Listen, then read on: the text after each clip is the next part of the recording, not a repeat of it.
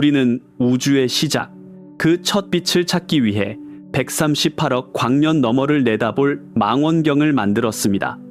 우주 가장 깊은 곳을 샅샅이 훑었죠. 하지만 아이러니하게도 우리는 시작이 아닌 끝을 발견했습니다. 바로 우리 우주의 끝을 말입니다. 제임스 웹은 그 첫 은하들을 찾던 중 110억 광년 거리에서 하나의 변칙 현상을 감지했습니다. 그것은 은하가 아니었습니다. 하나의 패턴이었죠. 그 기하학적 형태는 알려진 물리 법칙에 위배되었습니다. 이 상황은 20년간 설명되지 않았던 우주 마이크로파 배경의 차가운 점 현상에도 새로운 빛을 던져주었습니다. 왜냐하면 그 패턴은 다른 우주가 우리 우주를 압박하고 있다는 증거였고, 이런 일은 일어나선 안 되었기 때문입니다. 하지만 진짜 충격적인 것은 이 발견 자체가 아니었습니다. 진짜 충격적인 것은 그 단서들이 언제나 거기에 있었다는 사실이었습니다. 만약 당신도 이 우주적 퍼즐의 조각들을 맞춰보고 싶다면 좋아요 버튼을 누르십시오. 왜냐하면 우리는 아인슈타인의 이론 속 그 금지된 문을 열어볼 것이기 때문입니다. 시작합니다. 과학자들은 우주의 지도를 완성했다고 믿었습니다. 빅뱅이 있었고 팽창이 있었으며 암흑 물질과 암흑 에너지가 지배하는 예측 가능한 구조가 있었습니다. 천문학자들은 수십 년 전부터 목록화해온 특별할 것 없는 하늘의 한 구역을 신뢰했습니다. 그곳은 우주적 백지였습니다. 보정 작업에 완벽했죠. 하지만 제임스 웹 우주망원경이 그 백지를 들여다보았을 때 그곳에서 무언가를 보았습니다. 바로 그 때문에 우리가 안다고 생각했던 모든 것이 갑자기 흔들렸습니다. 데이터가 잘못 들어왔기 때문입니다. 잘못될 리 없었습니다. 웹은 천문학자들이 특별히 지루하다고 선택한 영역으로 향했습니다. 그곳은 거대한 은하단을 품고 있지 않았기 때문입니다. 알려진 중력 이상 현상도 없었습니다. 다시 한번 쳐다볼 가치조차 없는 곳이었죠. 하지만 망원경에서 돌아온 영상은 비어있지 않았습니다. 적외선 판도값 깊숙한 곳에 하나의 패턴이 숨겨져 있었습니다. 얼룩이 아니었습니다. 흩어진 것도 아니었죠. 현재 우주 현상 목록에 있는 그 어떤 것과도 일치하지 않는 기하학적 구조를 가진 반복적인 신호였습니다. 바로 이것이 모든 것을 바꾸었습니다. 왜냐하면 이것은 단순히 새로운 은하를 발견한 것과는 차원이 달랐기 때문입니다. 이것은 대양 한가운데서 이전에 존재 자체를 몰랐던 대륙의 가장자리를 마주친 것과 같았습니다. 팀은 보정 점검을 무려 3번이나 반복했습니다. 거울을 확인하고 탐지기를 확인했습니다. 태양계 안팎에 알려진 모든 간섭원을 제거했습니다. 하지만 신호는 계속 그 자리에 있었습니다. 진짜였습니다. 그리고 아무도 그것이 무엇인지 몰랐습니다. 신호가 온 지역은 우리로부터 약 110억 광년 떨어져 있습니다. 이것은 웹이 포착한 빛이 우주가 아직 30억 살보다 어렸을 때 그 근원지에서 출발했다는 의미입니다. 그 빛이 우리를 향해 여정을 떠났을 때 우리 태양은 아직 형성되지도 않았습니다. 그리고 그 기나긴 여정 동안 무언가가 그 빛을 휘게 했습니다. 무언가가 그 빛의 구조를 만들었습니다. 그곳에 있어서는 안 될 흔적을 남긴 것입니다. 이 상황이 왜 이토록 중대한지 이해하려면 웹이 무엇인지 알아야 합니다. 왜냐하면 이것은 그냥 망원경이 아니기 때문입니다. 제임스 웹은 인류가 우주에 배치한 가장 정밀한 관측소입니다. 따라서 웹이 저지른 실수는 단순한 실수가 아닙니다. 지구로부터 150만 킬로미터 떨어진 중력적으로 안정된 지점에 서 있습니다. 그곳에서 완벽하게 정지해 있죠. 그 거울들은 우주의 첫 순간에서 오는 가장 희미한 적외선 속삭임까지 포착하기 위해 금으로 코팅되어 있습니다. 이 6.5m 크기의 거울은 나노미터 단위의 정밀도로 작동합니다. 그 뒤에는 테니스 코트 크기의 오겹 차광막이 있습니다.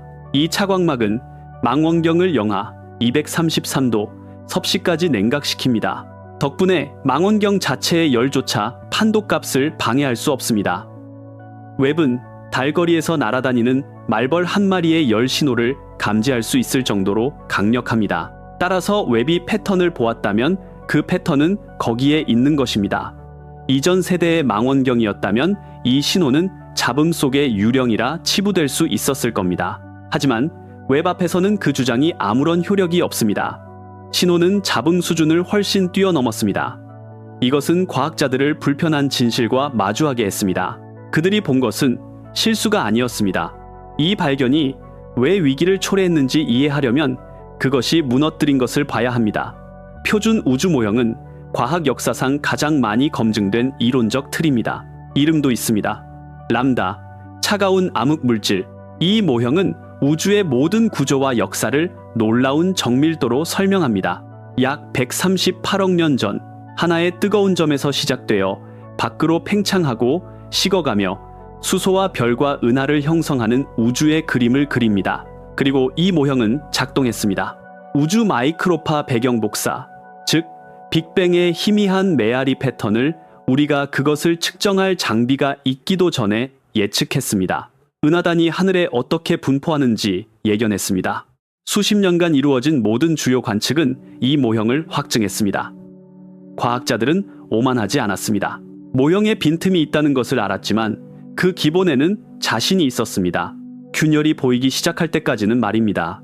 사실 첫 번째 큰 균열은 웹이 발사되기 훨씬 전에 나타났습니다. 우주가 얼마나 빨리 팽창하는지를 나타내는 허블 상수의 측정에서 나타났죠. 이를 허블 갈등이라 부릅니다. 문제는 이것입니다. 우주의 팽창 속도를 측정하기 위해 두 가지 다른 방법을 사용하면 두 가지 다른 결과가 나온다는 것입니다.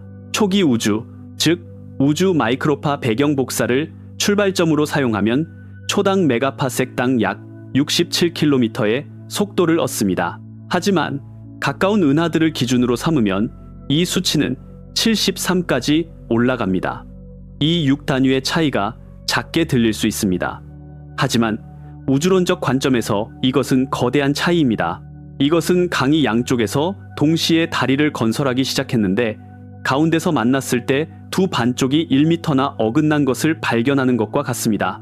공학은 완벽했고 측정은 신중했습니다. 하지만 애초에 기본 계획에 뭔가 잘못이 있었던 겁니다. 이 불일치가 우연일 확률은 350만 분의 1로 계산되었습니다. 즉, 허블 갈등은 측정 오류가 아닙니다. 우주의 한 특징이며 표준 모형에서는 아무것도 이것을 만들어내지 못합니다. 웹의 신호는 바로 이 이미 금이 간 벽에 마지막 일격을 가했습니다. 왜냐하면 모형은 한 곳에서만이 아니라 동시에 여러 방향에서 스트레스 테스트를 받고 있었기 때문입니다. 그리고 가장 불안한 가능성, 이제 진지한 물리학자들이 테이블 위에 올려놓아야만 했던 그 가능성은 이것이었습니다. 균열은 모형 안에 있는 것이 아니었다. 균열은 밖에서 오고 있었다. 왜냐하면 웹이 본 그 기이한 신호의 왜곡 방식은 알려진 어떤 중력원과도 맞지 않았기 때문입니다. 중력 렌즈 효과가 아니었습니다. 이것은 완전히 다른 무언가였습니다. 이것은 마치 시공간의 직물에 찍힌, 하지만 이것은 마치 시공간의 직물에 찍힌 하나의 벽 같았습니다. 중력 렌즈 효과, 즉 빛이 거대한 질량 주위에서 휘는 현상은 잘 알려져 있습니다. 하지만 이 왜곡은 알려진 어떤 렌즈 프로파일과도 맞지 않았습니다. 은하단이나 블랙홀 혹은 암흑물질 헤일로 주위의 털과는 달랐습니다. 왜냐하면 이 신호의 왜곡은 알려진 어떤 중력원에 비해 너무나 매끄럽고 너무나 균일하며 너무나 기하학적으로 깔끔했기 때문입니다. 이것은 손전등 빛을 물 한 컵에 통과시키는 것과 같습니다. 빛이 컵 모양에 따라 휘기를 기대하겠죠. 하지만 이제 빛이 당신이 본 적 없는 컵 모양으로 휘고 있다고 상상해 보십시오. 이것은 새로운 컵을 찾았다는 뜻이 아닙니다. 이것은 컵이 아닌 무언가를 찾았다는 뜻입니다. 웹이 발견한 것이 바로 그것이었습니다. 이 때문에 과학팀은 모두의 머릿속에 있었지만 아무도 큰 소리로 말하기를 꺼렸던 그 단어들을 발음하기 시작했습니다. 만약 밖에서 온 것이라면 이 신호는 우주의 벽에 난 유일한 균열이 아니었습니다.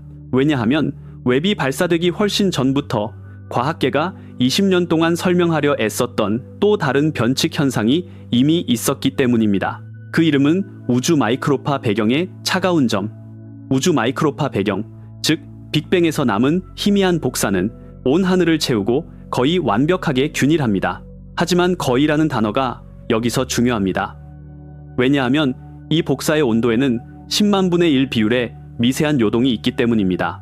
바로 남쪽 하늘 에리다누스 자리 방향에 있어야 할 것보다 훨씬 더 차가운 지역이 있습니다. 그냥 약간 차가운 게 아니라 평균보다 약 70 마이크로 켈빈 낮고 하늘에서 약 5도에 달하는 거대한 영역을 차지하고 있습니다. 이 변칙 현상은 2004년에 처음 감지되었습니다.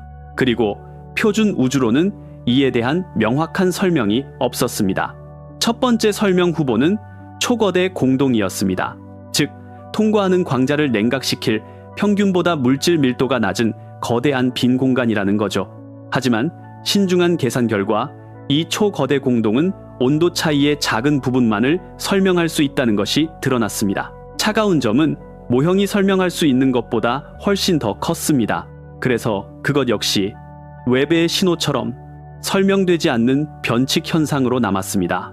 두 변칙 현상 모두 서로 수십억 광년 떨어져 있고 완전히 독립적인 관측을 통해 동일한 불편한 설명의 범주를 가리키고 있었습니다. 무언가가 우리 우주의 외부에서 접촉했다는 것입니다.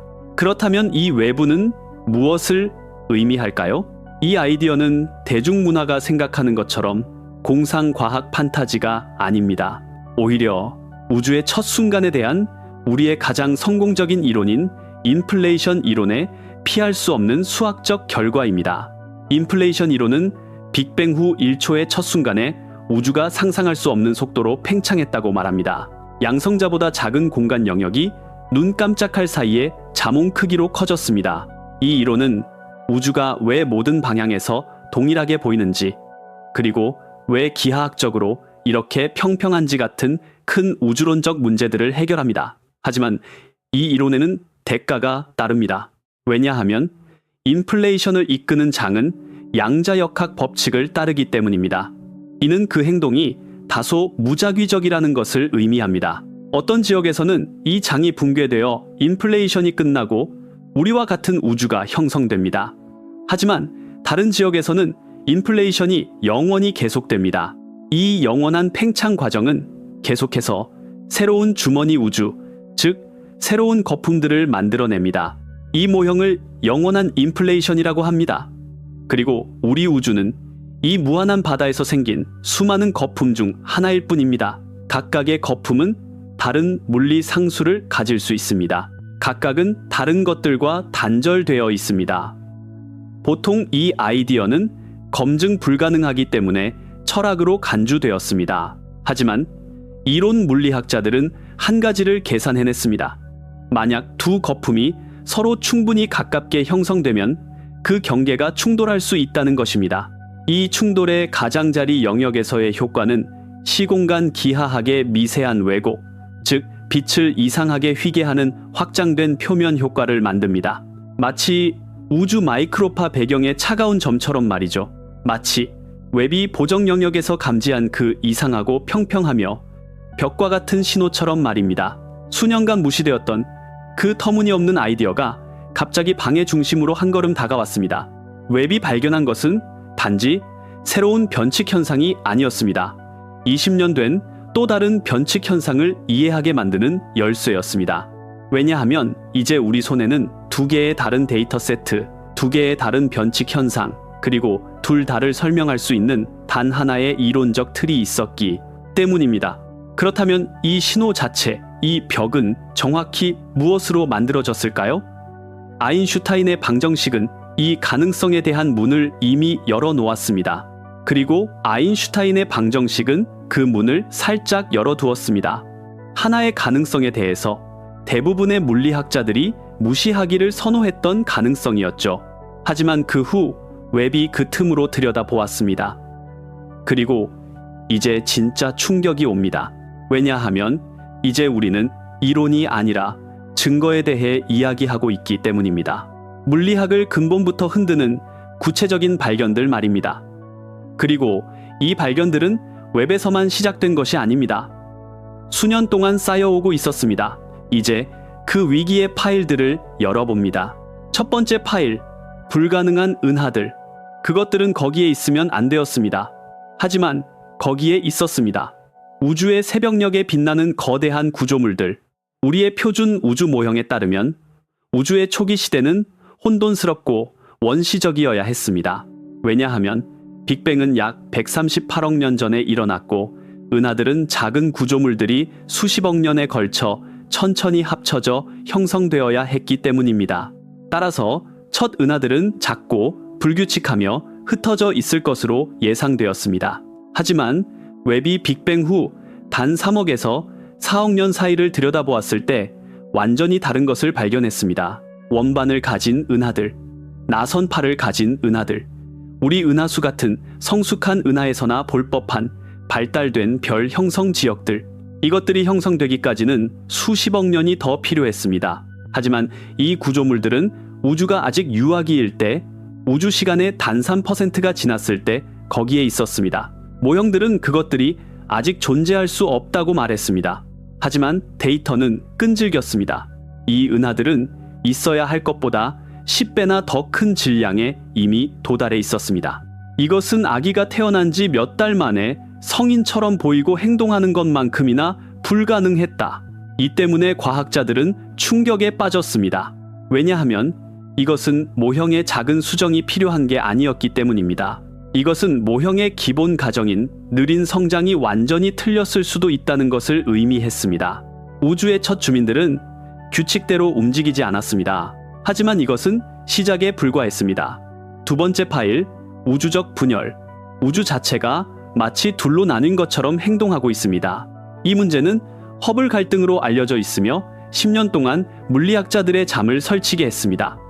문제는 간단합니다. 우주의 팽창 속도를 측정하는데 두 가지 다른 방법을 사용하면 두 가지 다른 답을 얻는다는 것입니다. 첫 번째 방법은 시간을 거슬러 올라갑니다.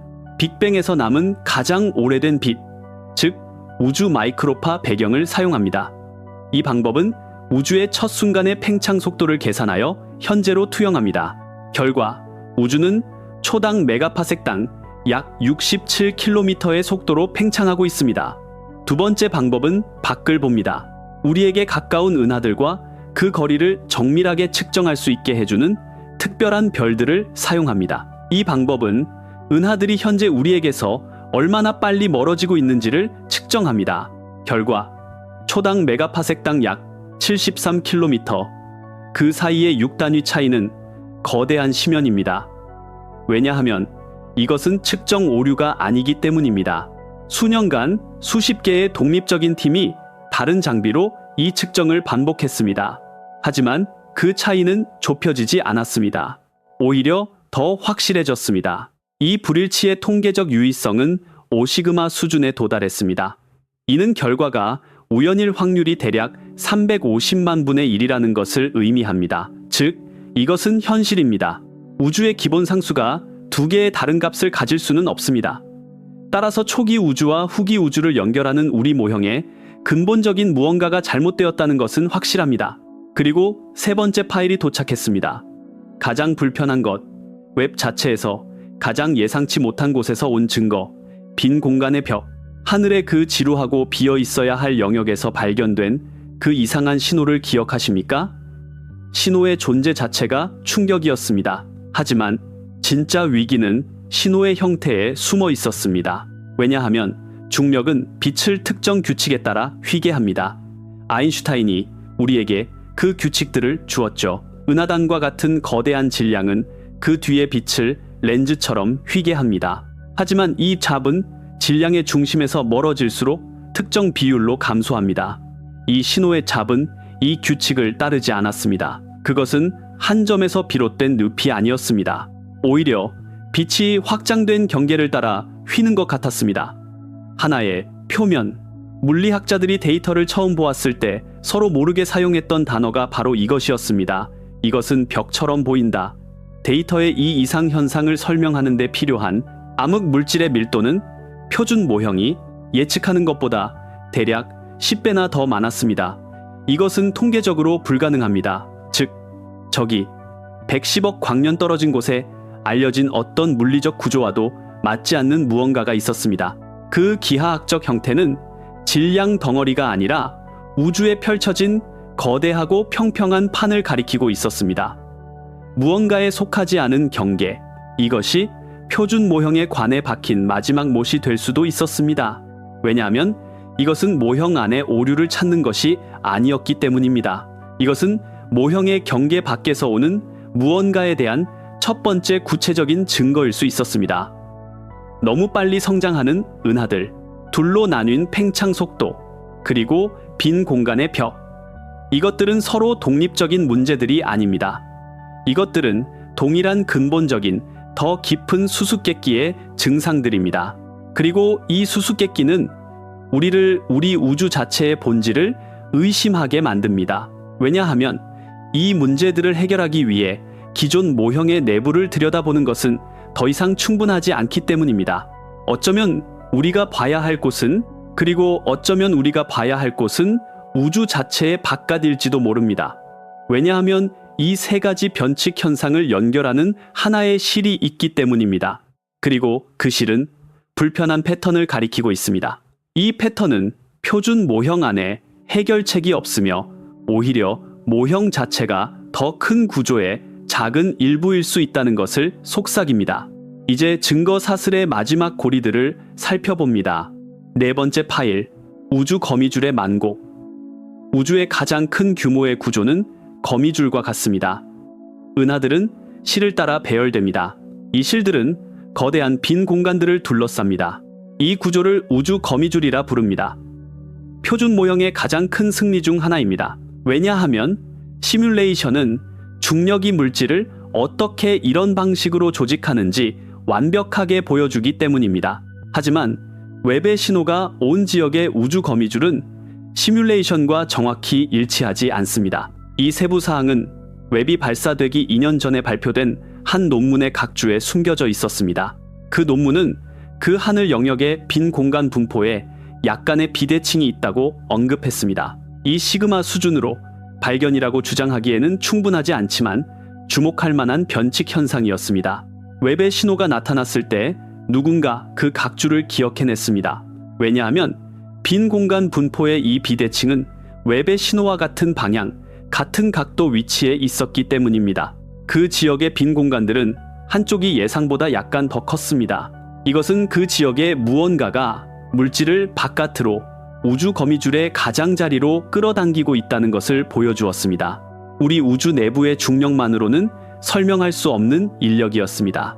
따라서 외부의 중력 효과가 바로 그런 일을 할 것입니다. 이웃 우주와의 경계면, 즉 도메인 벽은 가장 가까운 물질에 순수한 중력을 행사할 것입니다. 이것은 수십억 년에 걸쳐 물질을 천천히 재분배할 것입니다.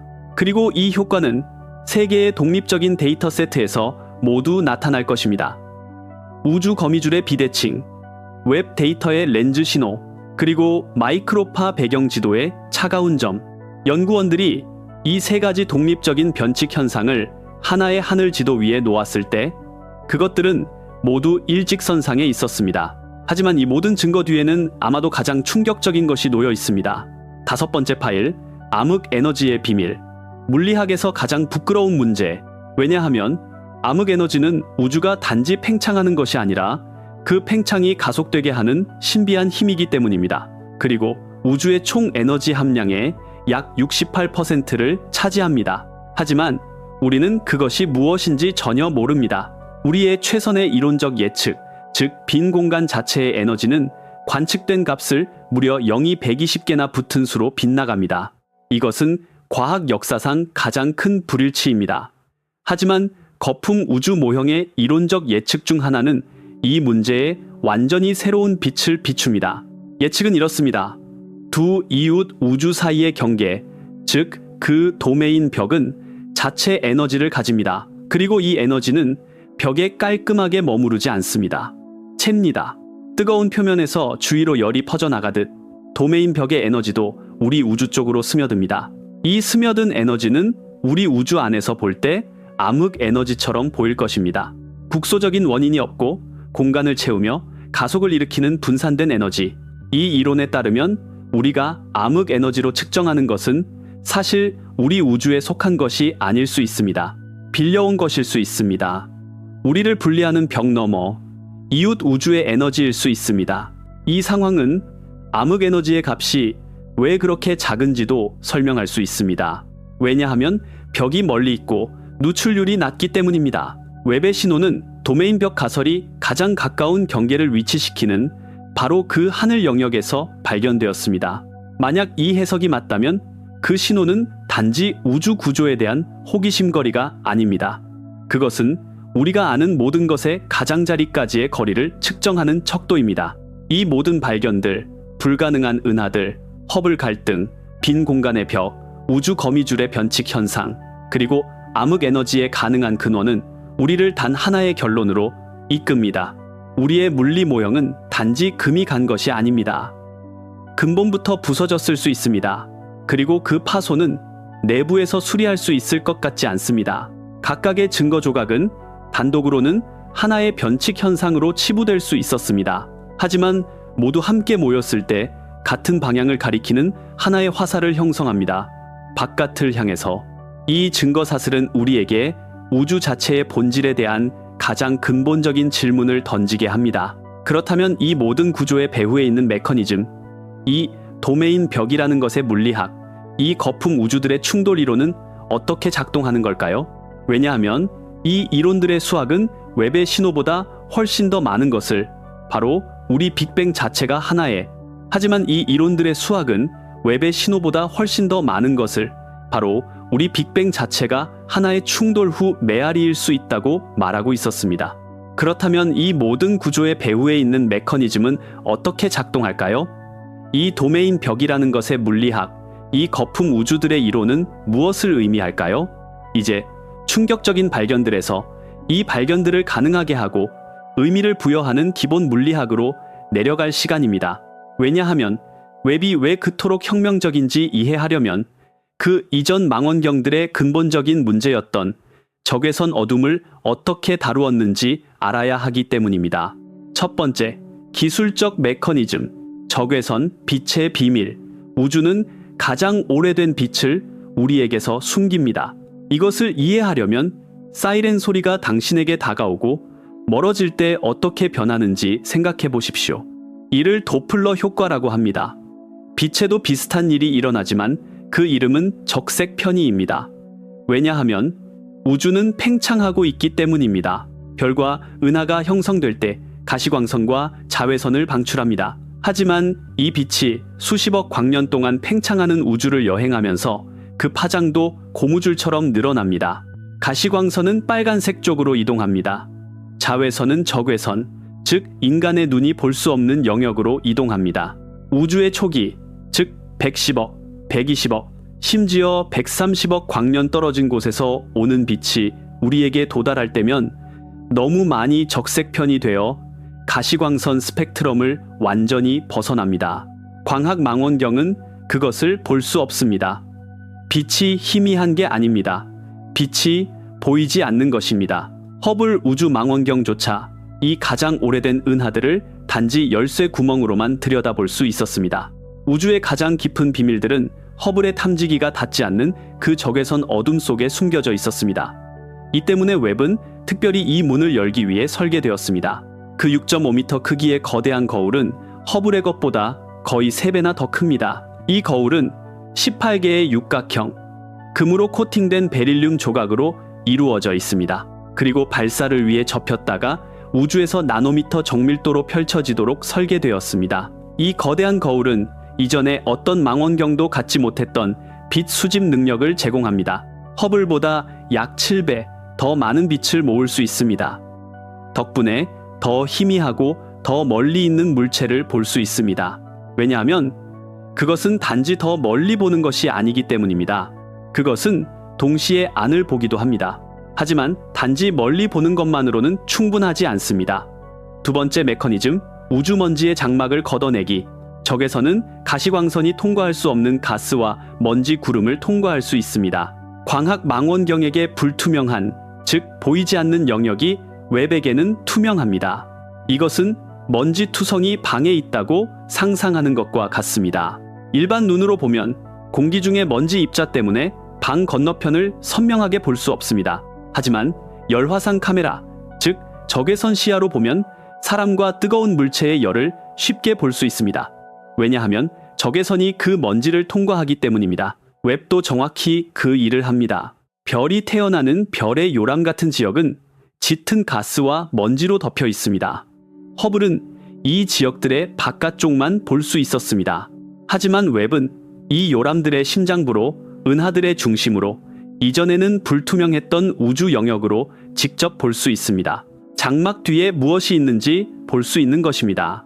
이 때문에 웹이 그 비어 있어야 할 보정 영역에서 구조적 신호를 발견했을 때 그것을 단순한 기기 오류로 돌리는 것은 불가능했다. 웹의 그 스펙트럼 범위에서의 오차 한계는 이전에 어떤 관측소도 주장할 수 없었던 수준으로 이해되고 있었습니다. 신호는 데이터의 잡음이 많은 구석에 있지 않았습니다. 오히려 웹의 성능이 가장 신뢰할 수 있는 깨끗하고 잘 특성화된 대역에 있었습니다. 이것은 더 낮은 성능의 망원경으로는 불가능했을 것입니다. 허블이나 스피처 혹은 이전 세대의 어떤 장비로도 신호가 감도 한계에 있거나 잡음 속의 유령이라고 합리적으로 주장할 수 있었을 것입니다. 하지만 웹 앞에서는 그 주장이 유효하지 않습니다. 그리고 이것이 우리를 세 번째이자 가장 근본적인 메커니즘으로 이끕니다. 아인슈타인의 열린 문. 알베르트 아인슈타인은 다중우주를 믿지 않았습니다. 하지만 그가 쓴 방정식들은 그 가능성에 문을 열어두었습니다. 일반 상대성 이론은 물질과 에너지가 시공간을 어떻게 휘게 하는지를 10개의 방정식으로 설명합니다. 이 방정식들은 믿을 수 없을 정도로 성공적입니다. 하지만 이 방정식들에는 아인슈타인 자신조차 불편하게 여겼던 특징이 있습니다. 여러 개가 연결된 공간 영역을 설명하는 수학적으로 유효한 헤드를 허용한다는 것입니다. 이 헤드 중 하나가 도메인 벽이라고 불리는 구조를 포함합니다. 입자 물리학에서 장필드는 여러 개의 안정적인 에너지 상태를 가질 수 있습니다. 마치 공이 여러 다른 계곡의 바닥에 머물 수 있는 것처럼 말이죠. 공간의 다른 영역들이 다른 에너지 상태에 자리 잡으면 그들 사이의 경계는 도매 벽을 형성합니다. 이 벽은 에너지를 가집니다. 장력을 가집니다. 그리고 주변 시공간을 특정 방식으로 휘게 합니다. 바로 두 거품 우주가 서로를 밀 때 그들 사이의 경계는 수학적으로 도메인 벽이 됩니다. 그리고 수십억 광년에 걸쳐 뻗어있는 도메인 벽은 빛을 휘게 합니다. 그것을 응축된 질량이 할 수 없는 방식으로 확장된 표면을 따라 매끄럽게 휘게 합니다. 웹의 신호 프로파일처럼 말입니다. 아인슈타인의 방정식은 이것이 일어날 것이라고 예측하지 않았습니다. 하지만 그것이 일어나는 것을 허용했습니다. 물리학자들이 웹의 데이터에서 관측된 렌즈 프로파일을 가져와서 이것을 어떤 시공간 기하학이 만들어내는가? 라고 물었을 때 답은 은하단이 아니었습니다. 암흑물질 헤일로도 아니었죠. 답은 두 개의 다른 곡률 특성을 가진 시공간 영역 사이의 경계인 도메인 벽이었습니다. 만약 우리 우주가 유일하다면 존재해서는 안 될 표면이었습니다. 하지만 그렇지 않다면 방정식에서 자연스럽게 나오는 표면이었습니다. 아인슈타인은 문을 열어두었습니다. 그리고 웹은 그 문으로 들여다봤을지도 모릅니다. 하지만 이 문 뒤의 아이디어, 즉 다중우주는 단지 수학적 가능성에 불과할까요? 아니면 이 아이디어를 필수로 만드는 더 근본적인 물리적 과정이 있을까요? 왜냐하면 우주의 첫 순간에 대한 우리의 최고의 이론인 인플레이션이 바로 그 일을 하기 때문입니다. 그리고 그 이론이 어떻게 작동하는지 살펴보면 다중우주가 단지 가능성이 아니라 필연이 됨을 알 수 있습니다. 왜냐하면 이 메커니즘의 이름이 영원한 인플레이션이기 때문입니다. 이것은 물리학에서 가장 불편하면서도 가장 강력한 아이디어 중 하나입니다. 그리고 모든 것은 양자역학의 피할 수 없는 무작위성에서 시작됩니다. 인플레이션 이론은 우주 초기에 인플라톤이라는 장에 의해 지배되는 지수적 팽창을 겪었다고 말합니다. 이 팽창이 끝나고 우리와 같은 우주가 형성되려면 이 장이 더 낮은 에너지 상태로 붕괴해야 합니다. 하지만 양자역학은 이 붕괴가 결정론적, 즉 미리 정해진 것이 아니라고 말합니다. 그것은 확률적입니다. 이것은 냄비에 끓는 물과 같습니다. 물이 모든 곳에서 동시에 증발하지 않습니다. 어떤 곳에서는 거품이 생겨 증발이 시작되고 다른 곳에서는 물이 액체 상태로 남아 있습니다. 영원한 인플레이션에서도 공간의 어떤 영역에서는 인플라톤 장이 빠르게 붕괴하여 거품 우주를 형성합니다. 하지만 다른 영역에서는 장이 붕괴하지 않고 인플레이션이 계속됩니다. 왜냐하면 인플레이션이 계속되는 영역은 붕괴하는 영역보다 훨씬 더 빠르게 새로운 공간 부피를 생성하기 때문입니다. 따라서 인플레이션이 일단 시작되면 절대로 완전히 멈추지 않습니다. 영원히 계속되며 끊임없이 새로운 거품 우주를 생성합니다. 각각의 거품은 다른 물리 상수를 가질 수 있습니다. 이것은 이제 다중우주가 만약의 문제가 아니라 어떻게 문제가 되었음을 의미합니다. 그리고 이 이론이 1980년대에 안드레이 린데 같은 물리학자들에 의해 개발되었을 때 그것은 검증 불가능한 철학으로 여겨졌습니다. 하지만 이 이론가들은 이 충돌들이 관측 가능한 흔적을 남길 것이라고 계산했습니다. 그리고 그 흔적들은 지금 우리가 웹과 다른 관측들로 발견하는 것들과 섬뜩할 정도로 일치하고 있습니다. 이것이 우리를 네 번째이자 가장 민감한 메커니즘으로 이끕니다. 신호를 잡음에서 분리하기. 웹이 그 빈 영역에서 신호를 발견한 것은 우연이 아니었습니다. 그 영역은 바로 이런 종류의 정밀 측정을 위해 선택되었습니다. 천문학자들은 이런 영역을 조용한 영역이라고 부릅니다. 이 영역들은 전경에 알려진 큰 은하단과 같은 오염원이 없는 하늘의 비교적 깨끗하고 예측 가능한 곳입니다. 이것은 시끄러운 방에서 속삭임을 들으려는 것과 같습니다. 만약 방이 붐비고 모두가 소리친다면 속삭임을 듣는 것은 불가능합니다. 하지만 모두가 조용해지면 가장 작은 소리까지도 들을 수 있습니다. 조용한 영역도 우주의 이런 조용한 방입니다. 그 변칙 현상을 탐지한 팀은 이 신호가 기기 오류인지 아닌지를 알아내기 위해 철저한 제거 과정을 거쳤습니다. 첫째, 그들은 그 영역에 목록에 없는 거대한 은하단이 있을 수 있다고 생각했습니다. 하지만 웹의 적외선 감도는 그런 은하단이 있다면 쉽게 찾아낼 수 있었습니다. 그 영역은 모든 대역에서 깨끗했습니다. 둘째, 그들은 암흑 물질 필라멘트일 수 있다고 생각했습니다. 하지만 신호의 기하학적 형태가 맞지 않았습니다. 필라멘트는 길고 얇은 왜곡을 만들지만 이 신호는 원형이었습니다. 셋째, 그들은 웹 자체에 광학계에 오류가 있을 수 있다고 생각했습니다. 이를 테스트하기 위해 그들은 동일한 거울 구성으로 관측된 다른 조용한 영역들을 살펴보았습니다. 어디에도 같은 패턴은 없었습니다. 신호는 하늘의 그 특정 위치에 묶여 있었습니다. 각각의 전통적인 설명 후보는 데이터와 비교했을 때 실패했습니다. 그래서 남은 것은 알려진 어떤 내부 우주론적 구조와도 맞지 않는 렌즈 프로파일 뿐이었습니다. 그리고 이 프로파일의 기하학적 형태는 국소적인 질량이 아닌 확장된 평면 표면과 일치했습니다. 이 철저한 제거 과정은 단 하나의 불편한 가설만을 남겼습니다. 경계 가설. 그리고 이 경계 가설은 우리를 또 다른 기술적 세부 사항인 끈 이론 풍경으로 이끕니다.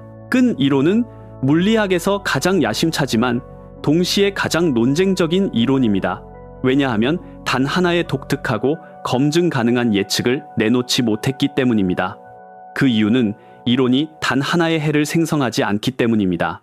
천문학적인 수에 대략 10의 500제곱개의 해를 생성합니다. 이 숫자는 너무 커서 관측 가능한 우주의 원자수 약 10의 80제곱마저도 압도합니다. 각각의 해는 다른 물리상수, 다른 입자, 다른 힘을 가진 가능한 우주를 설명합니다. 이 모든 해를 풍경 랜드스케이프이라고 부릅니다. 수년 동안 이 풍경은 끈 이론의 실패로 여겨졌습니다. 왜냐하면 모든 것을 예측하는 이론은 사실 아무것도 예측하지 못하기 때문입니다. 하지만 끈 이론을 영원한 인플레이션과 결합하면 그림이 바뀝니다. 왜냐하면 영원한 인플레이션은 이 풍경을 샘플링하기 때문입니다. 팽창하는 배경 속에서 형성되는 각각의 거품 우주는 풍경의 다른 지점, 즉 끈 이론에 가능한 진공 상태 중 하나에 해당합니다. 이 경우 풍경은 더 이상 수학적 수치가 아니라 실제로 존재하는 것들의 지도가 됩니다. 그리고 이 지도는 다른 우주가 존재하고 우리와 도메인 벽으로 분리되어 있으며 이 벽 근처에 있는 것이 관측 가능한 결과를 낳을 것이라고 예측합니다. 렌즈 신호, 마이크로파 배경의 차가운 점, 그리고 우주 거미줄의 약간의 비대칭처럼 말입니다. 웹 신호가 나타났을 때 끈 이론 풍경 커뮤니티는 이 상황을 양적으로 분석한 첫 번째 그룹 중 하나였습니다. 왜냐하면 그들은 이런 종류의 신호가 어떻게 보일지에 대한 계산을 수년 전에 이미 해놓았기 때문입니다. 이것이 이론이 증명되었다는 의미는 아닙니다.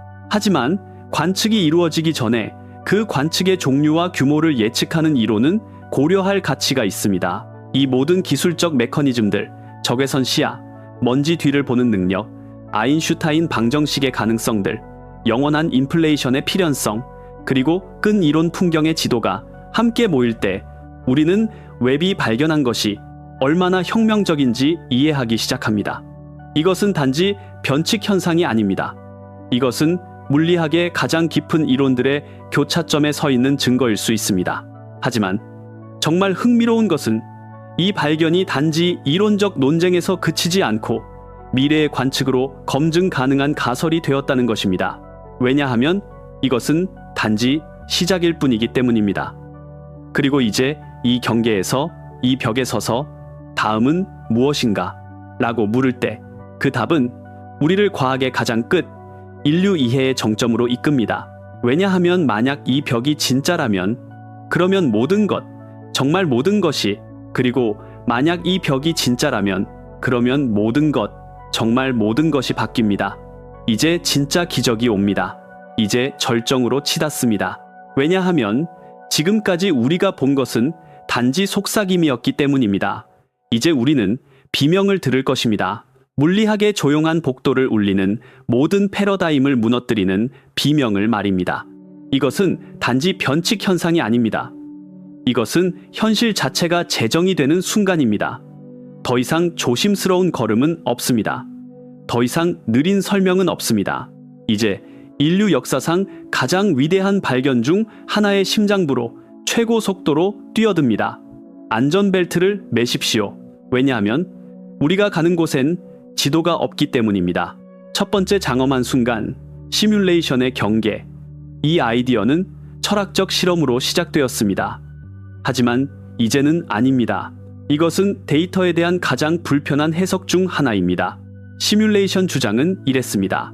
만약 어떤 문명이 그 안에 사는 존재들이 시뮬레이션 속에 있다는 것을 깨닫지 못할 정도로 현실적인 우주 시뮬레이션을 실행하는 것이 가능하다면 시뮬레이션된 우주의 수는 실제 우주의 수보다 훨씬 더 많을 것이다. 따라서 우리 역시 시뮬레이션 속에서 살 확률이 실제 우주에서 살 확률보다 훨씬 높다. 이 주장은 수년간 진지하게 받아들여지지 않았습니다. 웹이 우주의 가장자리에서 경계처럼 보이는 것을 발견하기 전까지는 말입니다. 왜냐하면 시뮬레이션은 경계가 있어야 하기 때문입니다. 계산 자원은 무한하지 않습니다. 따라서 효율적인 시뮬레이션은 관측되는 영역만 전체 세부 사항으로 처리합니다. 다른 영역들은 더 낮은 해상도로 처리하거나 아예 처리하지 않습니다. 시뮬레이션의 가장자리, 즉 처리된 영역의 경계는 데이터의 내부 물리 법칙을 따르지 않는 아티팩트, 즉 변칙 현상을 남길 수 있습니다. 마치 컴퓨터 게임에서 지도의 끝에 도달했을 때 보이는 투명한 벽처럼 말이죠. 웹이 110억 광년 떨어진 곳에서 감지한 그 평면적이고 벽과 같은 구조는 거품 충돌의 흔적일 수 있습니다. 하지만 동시에 우리 시뮬레이션의 렌더링 거리, 즉 처리 한계의 아티팩트일 수도 있습니다. 이 해석은 검증 불가능하기 때문에 과학적 이론은 아닙니다. 하지만 데이터와는 거품 충돌 가설만큼이나 일관됩니다. 둘 다 경계를 예측합니다. 둘 다 비정상적인 렌즈 효과를 예측합니다. 둘 다 우리 우주가 전부가 아니며 더 큰 구조 안의 영역이라고 말합니다. 이 벽이 거품 경계인지 렌더링 경계인지는 중요하지 않을 수 있습니다. 왜냐하면 두 경우 모두 우리에게 같은 것을 말해주기 때문입니다. 관측 가능한 우리 우주는 전체가 아니다. 단지 하나의 방일 뿐이다. 그리고 웹은 방금 그 방의 벽을 찾았습니다. 하지만 이것은 시작에 불과했습니다. 왜냐하면 과학자들이 이 벽의 특성을 더 깊이 연구했을 때 두 번째이자 더 충격적인 장엄한 순간을 마주했기 때문입니다. 벽 그 자체, 웹의 데이터에서 얻은 렌즈 프로파일은 벽처럼 보이는 이 구조의 에너지 밀도에 대한 대략적인 아이디어를 주었습니다. 그리고 이 에너지는 이론 물리학자들이 두 거품 우주 사이의 도메인 벽에 대해 계산한 값들과 놀라울 정도로 일치했습니다. 하지만 진짜 충격은 이 벽의 두께에 대한 계산에서 나왔습니다. 왜냐하면 이런 종류의 도메인 벽의 폭은 양쪽 사이의 에너지 차이에 따라 달라지기 때문입니다. 그리고 웹의 신호가 암시하는 것처럼 낮은 에너지의 도메인 벽의 경우 전이 영역, 즉 벽 자체는 밑, 을, 수, 업, 을, 정, 도로 얇아야 했습니다. 얼마나 얇을까요? 물리학에서 가장 작은 의미 있는 단위인 플랑크 길이만큼입니다. 이것은 1m의 약 10의 마이너스 35제곱입니다. 양성자 크기보다 수조 배나 더 작습니다. 실질적으로 이 경계는 두께가 없었습니다. 원자 하나보다 얇은 표면. 하지만 수십억 광년에 걸쳐 뻗어 있습니다. 이것은 두 대양을 가르는 것이 원자 하나 두께지만 대륙을 가로지르는 보이지 않는 막인 것과 같았습니다. 이 어떻게 가능할까? 이런 구조가 어떻게 그렇게 안정적으로 유지될 수 있었을까요? 이것은 우리가 아는 어떤 물질이나 에너지 종류로도 설명할 수 없습니다. 이것은 시공간 자체가 가장 근본적인 수준에서 우리가 이전에 상상조차 하지 못했던 특성을 가지고 있음을 의미했습니다. 과학계는 이 발견에 흔들렸습니다. 왜냐하면 이것은 단지 새로운 물체를 찾은 것이 아니었기 때문입니다. 이것은 현실의 직물 자체가 우리 이해를 넘어서는 구조를 가지고 있음을 발견한 것이었습니다. 그리고 바로 이 벽의 존재가 확실해지기 시작했을 때 세 번째 장엄한 순간이 터져 나왔습니다. 빅뱅 자체가 다시 쓰여지다. 우리 우주의 시작 이야기는 명확합니다. 하나의 뜨겁고 밀도 높은 점에서 폭발, 빅뱅. 하지만 이 이야기에는 문제가 있습니다. 빅뱅을 무엇이 촉발했는지 우리는 모릅니다. 표준 이론은 인플라톤 장의 양자 요동이라고 말합니다. 그리고 이것은 우주 마이크로파 배경의 요동 패턴을 완벽하게 설명합니다. 하지만 이제 대안적이고 훨씬 더 극적인 이론이 있습니다. 두 거품 우주가 충돌할 때 그 사이의 벽은 즉시 사라지지 않습니다. 종처럼 진동합니다. 흔들립니다. 이 진동은 두 우주의 시공간에 에너지 파동을 보냅니다. 그리고 이 파동이 가진 요동 패턴, 즉 스펙트럼은 이론적으로 인플레이션 동안의 양자 잡음이 생성한 스펙트럼과 수학적으로 구별할 수 없습니다. 만약 이것이 사실이라면 우주 마이크로파 배경에서 우리가 보고 우리 우주의 모든 구조의 씨앗이 된 그 요동 패턴은 양자 잡음의 산물이 아닐 수 있습니다. 대신 우리 우주가 탄생 시 또는 그 근처에서 겪은 충돌의 메아리일 수 있습니다. 이 그림에서 빅뱅은 더 이상 시작점이 아닙니다. 그것은 충격의 여파입니다. 우리 우주는 두 우주가 만난 충격파 속에서 태어났습니다. 충돌 에너지는 빅뱅의 열과 물질로 변했습니다. 그리고 벽의 진동은 모든 별, 모든 은하, 모든 행성을 형성할 요동 패턴을 우리 우주의 직물에 새겨 넣었습니다. 우리는 우주들의 충돌의 자손일 수 있었습니다.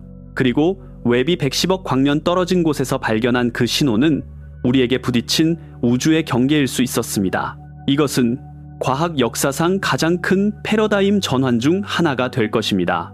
왜냐하면 이것은 우리 시작의 이야기를 창조의 순간에서 우주적 교통사고로 바꾸기 때문입니다. 하지만 그게 다가 아닙니다. 네 번째 장엄한 순간은 아마도 가장 철학적이고 가장 깊이 충격적인 것이었습니다. 법칙의 종말, 물리학은 보편적인 법칙에 기반합니다. 빛의 속도, 중력 상수, 이것들은 어디서나 언제나 유효한 불변의 상수입니다. 하지만 거품 우주 가설이 맞다면 이 법칙들은 보편적이지 않습니다. 그것들은 지역적입니다. 우리 우주에서 유효한 규칙들은 현실의 특징이 아니라 단지 우리 현실 영역의 특징입니다. 다른 거품들은 그들만의 우리와는 호환되지 않는 규칙을 가지고 있습니다. 이것은 다음을 의미합니다. 과학의 가장 기본적인 가정, 즉 우리가 여기서 발견한 것이 어디에서나 유효하다는 가정이 틀렸을 수 있다는 것입니다. 실험실에서 측정한 수소 스펙트럼과 100억 광년 떨어진 은하에서 관측한 스펙트럼이 같은 것은 단지 우리가 우리 거품 안에 머물러 있기 때문일 수 있습니다. 이것은 과학적 방법을 무너뜨리지 않습니다. 하지만 그 의미를 바꿉니다. 우리는 우주의 법칙이 아니라 단지 우리 우주의 법칙을 발견한 것이 됩니다. 이것은 콜럼버스가 아메리카를 발견했을 때 전 세계의 지리가 아니라 단지 새로운 대륙의 지리를 발견한 것과 같습니다. 이 경우 왜 법칙은 이런가? 라는 질문의 답은 우리가 여기에 있기 때문에일 수 있습니다. 웹의 신호가 만약 진짜라면 단지 우주를 확장시키는데 그치지 않습니다. 동시에 우리가 발견했다고 생각했던 법칙들의 의미를 축소시킵니다. 우리에게 물리학이라고 부르는 것이 사실은 지리학일 수 있다고 말합니다.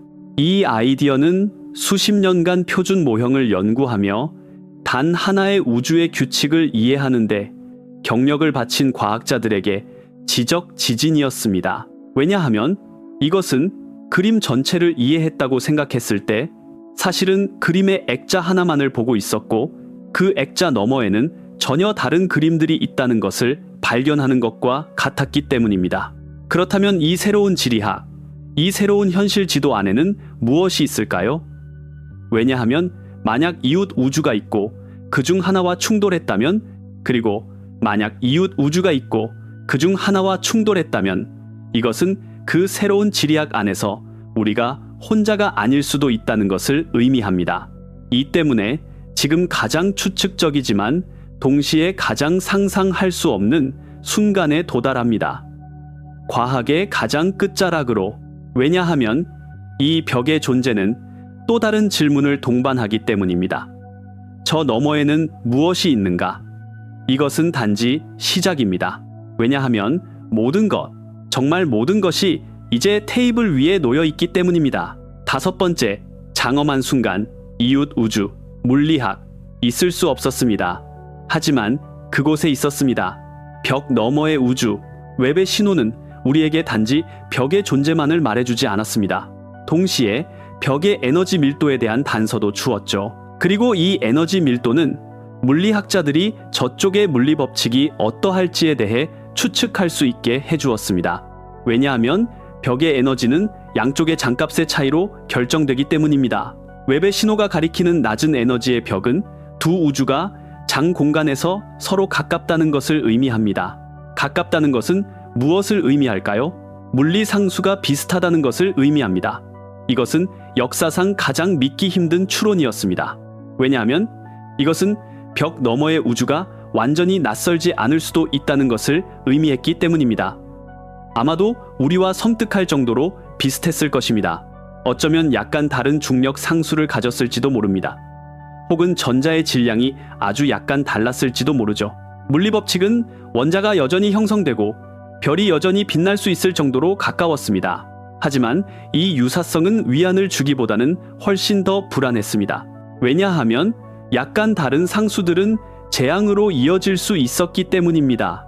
예를 들어 이웃 우주의 우주 상수, 즉 암흑 에너지가 우리보다 단 1%만 더 강했다면 그 우주는 너무 빨리 팽창해서 은하가 절대로 형성될 수 없었을 것입니다. 만약 강한 핵력이 아주 약간만 더 약했다면 탄소 원자는 불안정해졌을 것입니다. 생명의 화학이 불가능해졌을 겁니다. 우리 우주는 생명을 허용하는 믿을 수 없을 정도로 좁은 미세 조정 범위에 있습니다. 그리고 웹이 발견한 벽의 낮은 에너지는 우리 이웃 또한 이 좁은 범위의 바로 가장자리에 있을 수 있다는 것을 암시했습니다. 아마도 거의의 우주, 거의 살 수 있는, 하지만 치명적인 결함을 가진 우주. 이 아이디어는 과학자들을 둘로 나누었습니다. 어떤 이들에게는 이것이 우리 우주가 얼마나 특별한지에 대한 증거였습니다. 다른 이들에게는 이것이 단지 풍경의 무한한 가능성 중 하나일 뿐이었습니다. 그리고 이 아이디어는 6번째이자 가장 어지러운 장엄한 순간으로 이어졌습니다. 과학적 침묵. 벽은 실제했습니다. 데이터는 거기에 있었습니다. 하지만 과학계 전체는 침묵을 선택했습니다. 왜일까요? 왜냐하면 이 발견의 결과가 너무나 커서 아무도 첫 발을 내딛고 싶어 하지 않았기 때문입니다. 웹의 신호를 처음 감지한 팀은 그들의 발견을 발표하면서 믿을 수 없을 정도로 신중한 언어를 사용했습니다. 주 논문에서는 다중우주나 거품 충돌 같은 단어를 피했습니다. 단지 데이터를 제시했을 뿐입니다. 비정상적인 기하학적 프로파일을 가진 알려진 모든 전통적인 설명과 일치하지 않는 정체불명의 렌즈 신호. 이것은 과학적 자기보호 본능이었습니다. 왜냐하면 비범한 주장은 비범한 검토에 직면하기 때문입니다. 그리고 이웃 우주를 찾았다는 주장은 한순간에 경력을 끝낼 수 있었습니다. 이론적 해석을 담은 부속 논문은 몇 달 후 더 넓은 저자 목록과 함께 발표되었습니다. 그리고 즉시 격렬한 반발에 부딪혔습니다. 심사위원들은 측정 불확실성이 크고 도메인 벽 모델은 거의 모든 종류의 매끄러운 렌즈 프로파일에 맞도록 조정할 수 있는 자유 매개 변수를 가지고 있다고 주장했습니다. 이 비판은 부당하지 않았습니다. 과학은 그렇게 작동합니다. 하지만 침묵 아래에는 다른 것이 있었습니다. 대부분의 연구자들은 가장 안전한 입장을 취했습니다. 더 많은 데이터를 기다리는 것, 결정하지 않는 것, 명확한 그림이 나타날 때까지 입장을 정하지 않는 것. 이 침묵은 거절이 아니었습니다. 이것은 한 분야가 준비되지 않은 것에 어떻게 반응할지 결정하려고 애쓰는 소리였습니다. 수십 년간 쌓아온 표준 모형이 그들의 눈앞에서 무너지고 있었습니다. 그리고 아무도 그 잔해 아래에 깔리고 싶어 하지 않았습니다. 이 침묵은 한 발견의 역사적 중요성에 대한 가장 큰 증거였습니다. 너무나 커서 아무도 그것에 대해 감히 말하지 못했습니다. 하지만 가장 큰 지진은 아직 오지 않았습니다. 7번째 장엄한 순간, 미래의 망원경들과 심판의 날. 이 논쟁은 철학의 영역에 머물지 않을 것입니다. 왜냐하면 앞으로 10년 안에 가동될 차세대 망원경들이 이 수수께끼를 풀 것이기 때문입니다. 이것은 만약이 아닙니다. 이것은 언제의 문제입니다. 첫째, 칠레에 건설 중인 베라시 루빈 천문대. 이 망원경은 10년 동안 남쪽 하늘 전체를 촬영하여 수백억 개의 은하 모양을 측정할 것입니다. 만약 도메인 벽 렌즈 효과가 진짜라면 루빈 천문대는 그것을 볼 것입니다. 단지 작은 영역의 변칙 현상으로서가 아니라 전체 하늘 지도에서 일관된 특징으로서. 만약 신호가 통계적 요동이라면 루빈의 거대한 데이터 세트 속에서 사라질 것입니다. 둘째, 유럽 우주국의 유클리드 우주 망원경. 2023년에 발사되어 현재 운영 중인 유클리드는 하늘의 3분의 1에 있는 은하들의 3차원 분포를 지도화하고 있습니다. 그것은 렌즈 신호를 독립적으로 검증할 것입니다. 그리고 그 불편한 각주의 공동 비대칭을 확인하거나 반증할 것입니다. 그리고 마지막으로 웹 자신, 변칙적인 지역을 더 긴 노출 시간과 더 넓은 파장 범위로 다시 관측하자는 제안이 제출되었습니다. 더 깊은 관측은 신호가 정말로 도메인 벽 모델이 예측하는 프로파일을 가지고 있는지 여부를 확실하게 밝혀줄 것입니다. 앞으로 10년은 이 변칙 현상의 운명을 결정할 것입니다.